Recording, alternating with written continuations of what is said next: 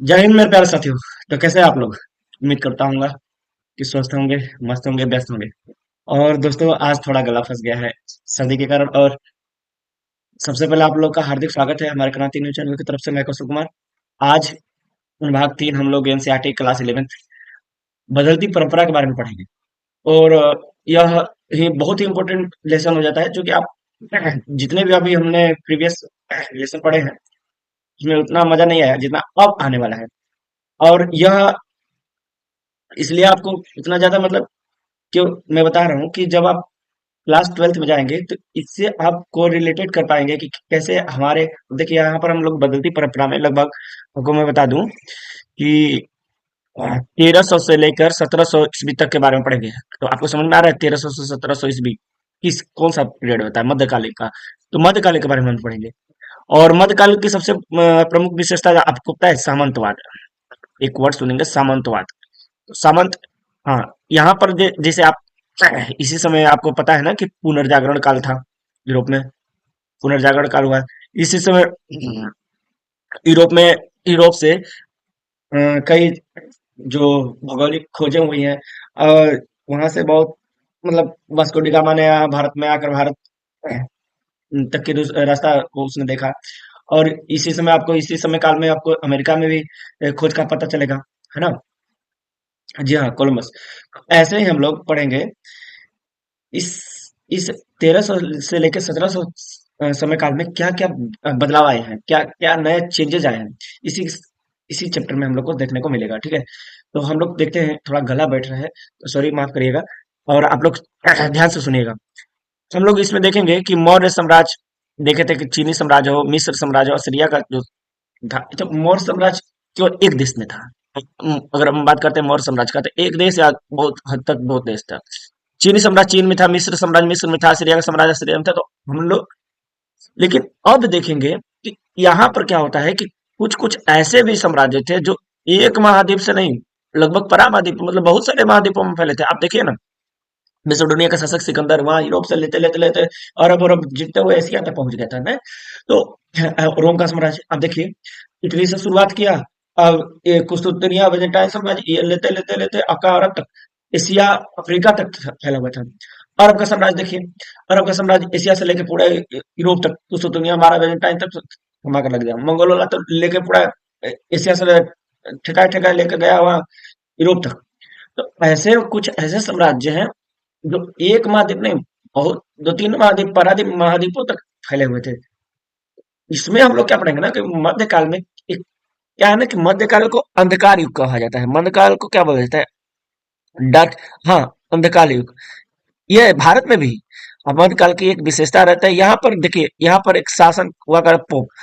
Pope, हाँ, ईसाइयों का प्रमुख। धीरे धीरे वो धर्म का ठेकेदार बनकर बैठ जाता है।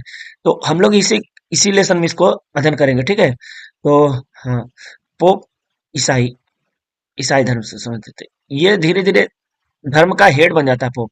तो यही हमको देखना है कि यहाँ पर क्या होता था कि मध्यकाल में बोला जाता है कि मनुष्य जन्म से ही पापी है। मतलब कहने को मतलब क्या है, आप कुछ अपने से दिमाग मत लगाइए। अपने से कुछ दिमाग लगाना ही नहीं है।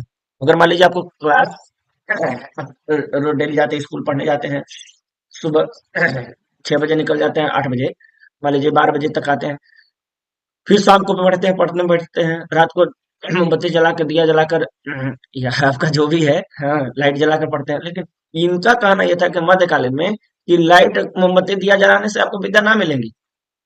आपको विद्वान बनना है तो घी, कपूर, अगरबत्ती और ये जलाइए, हम दसांग वसांग जलाइए, एकदम भगवान का भक्ति कीजिए, राम राम करिए, तब आपको केतनों, बाकी केतनों किताब का पन्ना लुटेंगे, केतनों पढ़ेंगे, आपको पास नहीं होंगे, आपको फर्स्ट मेरिट में नहीं आएंगे। इनका कहना था कि केवल भगवान का भक्ति करिए।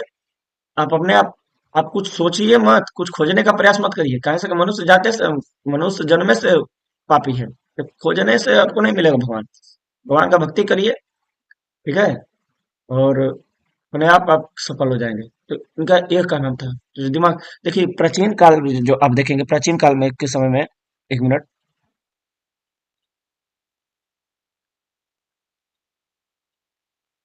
देखिए इस लेसन में मुख्यतः हमको 5वीं से 15वीं शताब्दी तक पढ़ना ही है।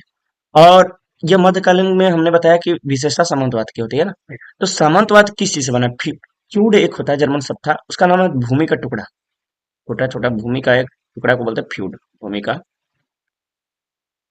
देखिए क्या बता रहा हूँ मैं, ध्यान दीजिएगा थोड़ा, आपको नीचे ले चलता हूँ। देखिए ये मान लो कोई कलर लेता है, अच्छा सुनना है, ये मान लो कोई भूमि का टुकड़ा है, ये बहुत बड़ा, और इस भूमि के टुकड़े पर किसी सम्राट का अधिकार है। सम्राट मतलब बहुत बड़ा पावरफुल राजा, जिसके अंदर छोटे छोटे छोटे छोटे बहुत सारे जमींदार पड़ते हैं ना।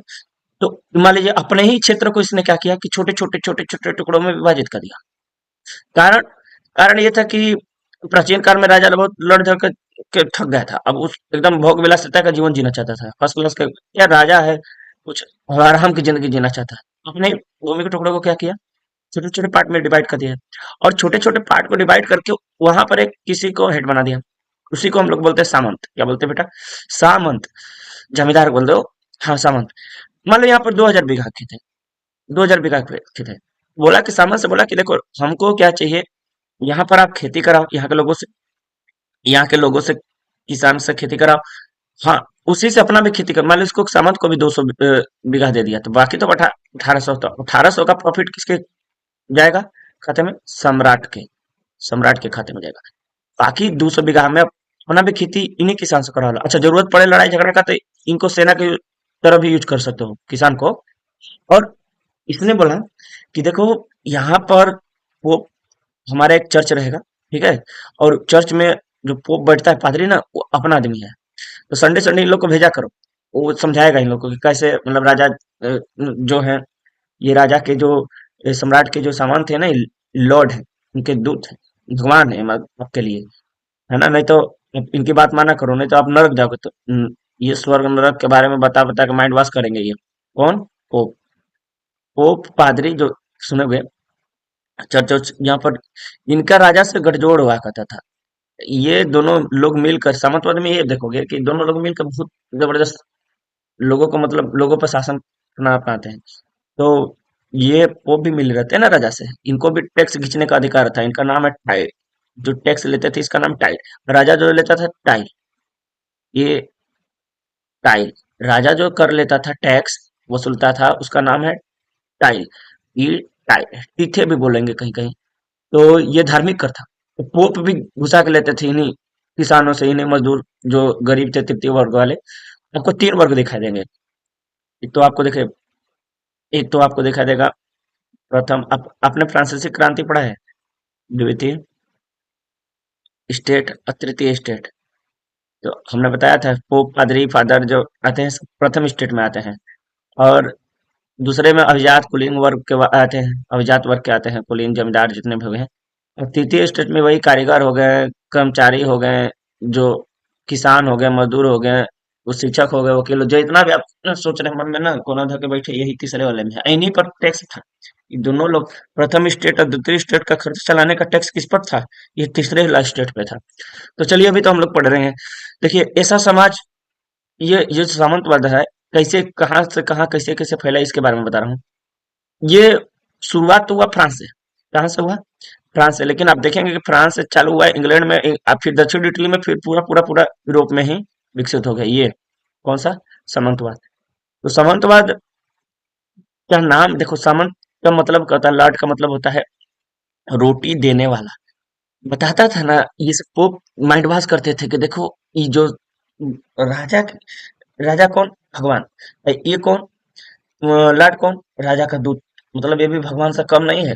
इनकी बात मान लो, अगर ये मांगते हैं आपसे 10,000 रुपए, तो आप बढ़ा कर 20,000 रुपए दो कर्ज में, टैक्स में, ठीक है। इससे आपका धन घटेगा नहीं बल्कि बढ़ेगा।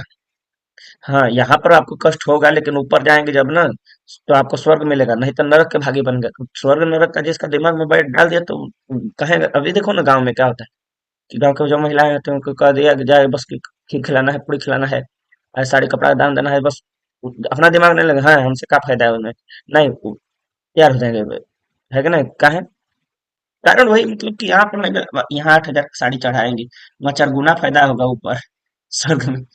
छोड़ जाओगे 32,000 का, हो गया जी। तो वही मतलब दिमाग नहीं लेते ये अपना राजा, पंडित जी होते हैं अपना, हाँ व्यवस्था मान लेते हैं। तो पंडितों के यही रहना है। अब देखिए, मध्यकाल बुरा नहीं मानिएगा पंडित जी लोग, मध्यकालीन यूरोप में हम लोग अब इसमें देखेंगे कि सामाजिक जीवन कैसा था उनका, आज आर्थिक जीवन क्या था, इसमें राजनीतिक जीवन क्या था। इसमें आपको बीच बीच में आपको गिल्ड बताएंगे, गिल्ड, फिर आपको बताएंगे मेनर। तो ये सब जहां सुनोगे वर्ड ना, तो ये समझ आना कि सामंत काल का विशेषता है गिल्ड मेनर। गिल्ड एक प्रकार का वहां पर ये पैसा चलता था, सब मनी का मनी मेनर रहने का उनका स्थान था, जहाँ सामंत रहते थे ना, ये सब आपको समझाएगा भी। हाँ, जहाँ सामंत रहते थे उनका जो निवास था, अरे बहुत भयंकर उनका जगह जमीन दिया गया था सरकार के द्वारा, इसी को बोलते हैं। और देखिए कैसे फ्रांस जो हम लोग पढ़ रहे हैं अभी आज के डेट में, फ्रांस जो राज्य देख रहे हैं, देश देख रहे हैं, सॉरी, फ्रांस जो देश देख रहे हैं ना, ये रोमन साम्राज्य का एक छोटा सा हिस्सा था। रोमन साम्राज्य पता है, पूर्वी रोमन साम्राज्य, पश्चिमी रोमन साम्राज्य, उसी में एक क्षेत्र था, उसका नाम था गॉल। और गॉल में आपको बताऊंगा, गॉल में फ्रैंक जाति रहती थी, जर्मन की, 486 मतलब 500 ईस्वी तक फ्रैंक जाति, इसने कब्जा कर लिया गॉल पर और वहां पर फ्रांस की स्थापना कर दिया। 500 आते आते ईसाई धर्म उस वहां का प्रमुख बन गया। और आप ही देखोगे कि 768 ईस्वी में एक राजा था पेपिन, पेपिन का पुत्र था शार्लमेन। तो शार्लमेन ना बहुत मतलब वर्चस्वशाली था, दिमाग से बहुत तेज। ये क्या किया ना, कि कह दिया कि अपने से भी ऊपर हेड बना दिया किसको, पोप को। पोप पादरी जो थे देख रहा था कि धर्म, ईसाई धर्म का बहुत ज्यादा विकास हो रहा है, और वहां का जो मिल, हाँ, अपना गठबंधन कर लिया पोप से, पोप लियो तृतीय से, कहा कि हम हमसे भी आप ऊपर हैं। इतना सुना पोप लियो तृतीय तो खुश हो गया। अब कहा कि महाराज, अब जब हमको इतना सम्मान दे रहे तो हम भी आपको इतना खुश कर देंगे, घबराइए मत।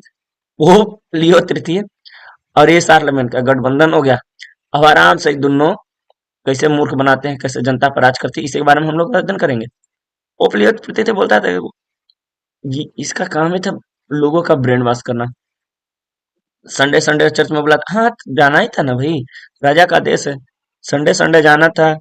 और यहाँ पर सिखाता था कि देखिए, पर ऐसे अच्छा कोई देखा थोड़ी है कि ऊपर जाएंगे मरने के बाद तो नीचे जाएंगे, है कि नहीं। तो लोग कहते हैं कि ऊपर जा रहे हैं, ऊपर धुआं ऊपर उठ रहा है, राख ऊपर जाता है तो ऊपर जा रहा है। ठीक है, तो ऊपर वाला डर बड़ा खतरनाक है। तो ये करता था, ये दोनों मिलकर अपना गठबंधन करके पूरा राज्य चलाते थे, समझ रहे हैं आप? तो ये तो केवल बेसिक हाईलाइट था। और को फुल क्लास का एंजॉय लेना है तो आप हमारे व्हाट्सएप ग्रुप में जुड़िए। ये हमारा नंबर है 84 29 55 98 67। ठीक है, बाकी इसका नेक्स्ट पार्ट जल्दी अपलोड होगा। हाँ, जब तक के लिए दी इजाजत, नमस्कार, धन्यवाद।